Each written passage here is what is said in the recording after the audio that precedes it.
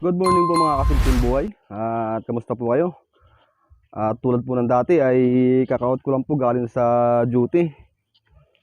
Sa video po na ito ay magpipitas po ulit ako ng okra. Bali yung pitas ko po na ito ay pang-pito na po ito. Marami na naman po malalaki. At ayan mga kasimpleng buhay. At nung nakaraan nga pala na nagpataba ako dito, kahapon po ng umaga, hindi ko po na video. At ayun po dahil lubat po yung cellphone. At ngayon po mga kasimpleng buhay, ito naman po yung timba na lalagyan ko. Ayan, marami na naman po akong pipitasin. Ayun, naka long sleeve po ako dahil makati po sa braso at sa katawan. Napakakati mga kasimpleng buhay dahil yung ano ng okra, yung dahon, yan, napakakati po. Ay mga kasimpleng buhay, at papakita ko po sa inyo. Ayan, marami na naman po siyang bunga. Ito, kung nakikita nyo po, yan, marami na naman po siyang pipitasin hanggang doon po. Yan.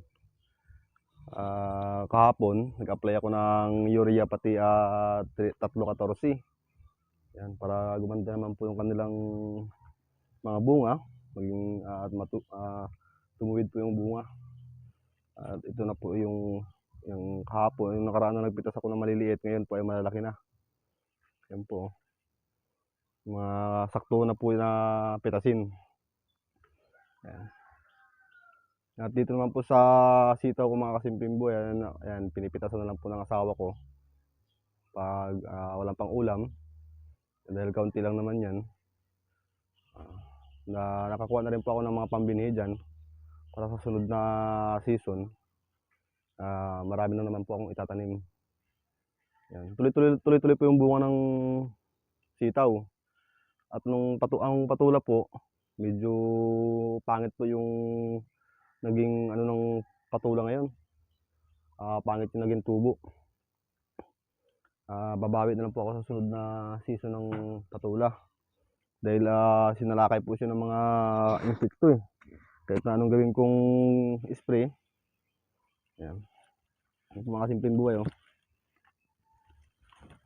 Ayan oh. Napakahaba naman po yung kanyang bunga. Ayan oh. At kaya na nga pala pag uwi ko ay dumaan ako sa barbershop at nagpagupit po ako.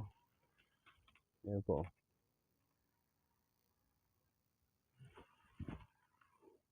Mahaba naman kanyang bunga. At ayun mga kasimpleng buhay, hindi ko na po papahabain yung aking sasabihin. Dahil meron pong sound trip sa kapitbahay. Mahirap na po na makapiright at masayang po yung aking video. Ayun mga kasimpleng buhay, sisimulan ko na po yung pagpitas. Pupunuin ko naman po ulit ang timba na to, pampito na po. Ayun po mga kasimpleng buhay, at update ko kayo sa mga nabibinta nito. Ito po yung nabibinta nito ng okra, ay iniipon lang po. Ayan, yung asawa ko po yung nag-iipon. Yung sa taniman po ng talbos, update ko na lang po kayo kasi yung rotovator, hindi pa available. Panahon pa po ngayon ng pagruruto ng mga palayan doon sa kabilang bukid. Kaya hindi ko muna mahiram yung kanilang rotovator. Kaya standby muna yung taniman ng yung lupa na taniman ng talbos kamuti doon sa hinawan ko. Ayan. At ayan mga simpleng buhat, sisimulan ko na po yung pagpipitas at enjoy sa panonood mga kasimpleng buhay. Ayan. At ingat po kayo.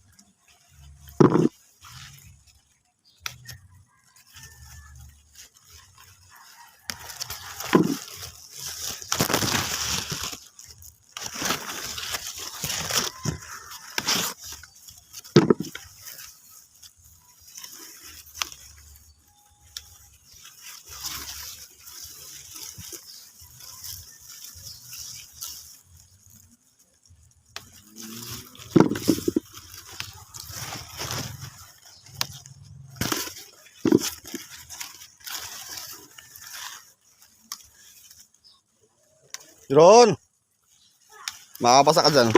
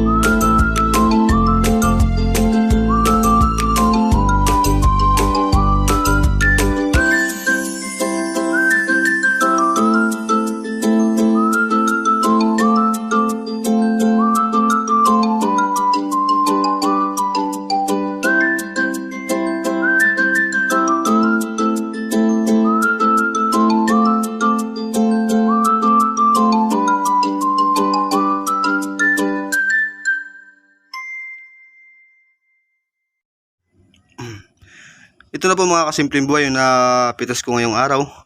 At mamaya po ay isusupot na lang po ito at ipapatimbang po.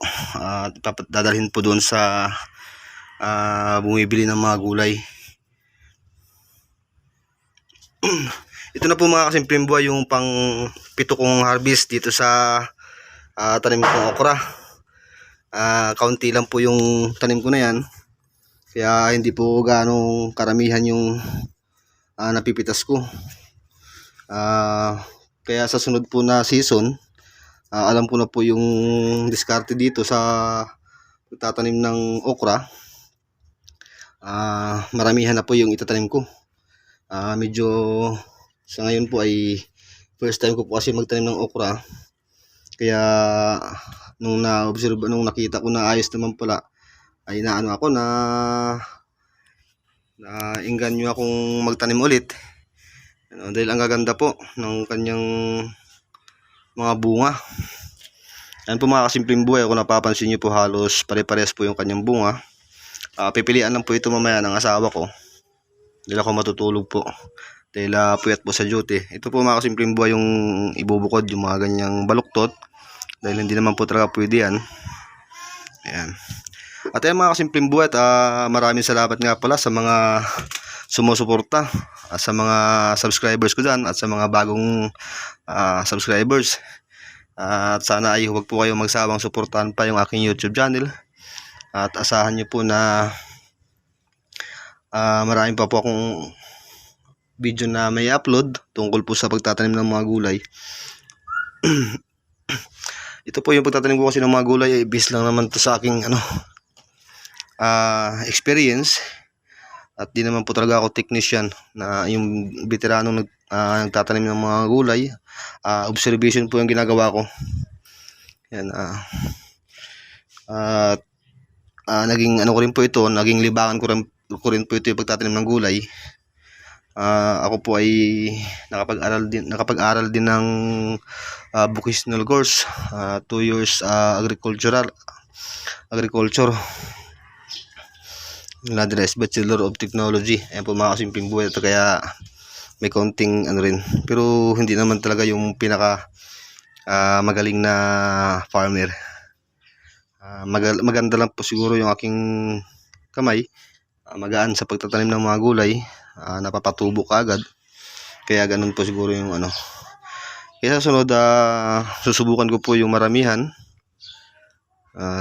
Para ma-experience ko din kung ano yung pakiramdam.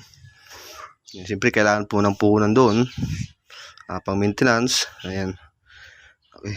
Hintayin nyo po mga kasimpleng bet. Susubukan ko ba. Meron naman po kaming lupa dyan na sa harapan na maluwang-luwang. Siguro sa ngayon, talbos kamuti muna. Yung muna itatanim ko. Ayan po mga kasimpleng bot, hanggang dito lang po muna yung video ko at maraming salamat po sa inyo lahat at palagi po tayong mag-iingat at God bless po sa atin lahat at hanggang dito na lang po.